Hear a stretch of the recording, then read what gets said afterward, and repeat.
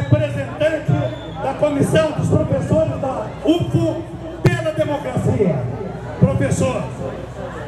Boa noite, companheiros e companheiras. Gostaria de dizer que a universidade não se calará frente a esse momento histórico que nós estamos vivendo. Daqui de cima eu tenho a satisfação de ver diversas colegas e colegas que já estavam distantes do movimento docente, do movimento dos técnicos administrativos e que entenderam o momento histórico que estamos vivendo e estão aqui na praça pública junto conosco.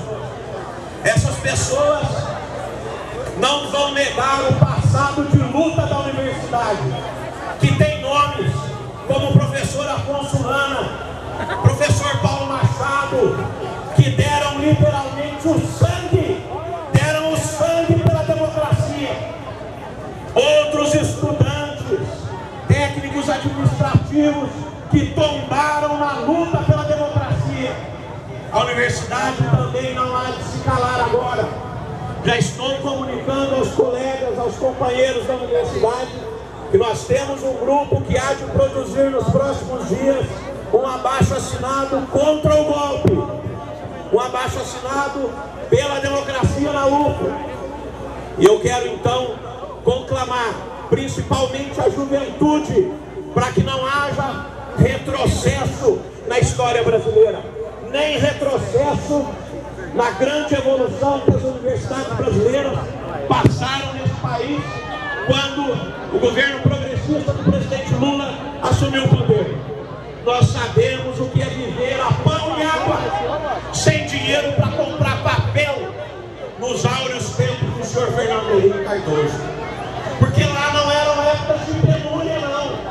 Mesmo nas boas épocas de desenvolvimento do senhor Fernando Henrique, a universidade passou a pão e água. Nós vivemos isso. Agora, nós estamos enfrentando um momento de dificuldades.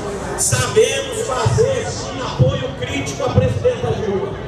Mas nós queremos dialogar com o governo eleito, não é com o governo golpista. A universidade quer reivindicar o seu papel no meio da sociedade com o governo eleito. Então, para que nós consigamos isso, é Cunha na cadeia e Dilma fica. Muito obrigado. Obrigado, professor.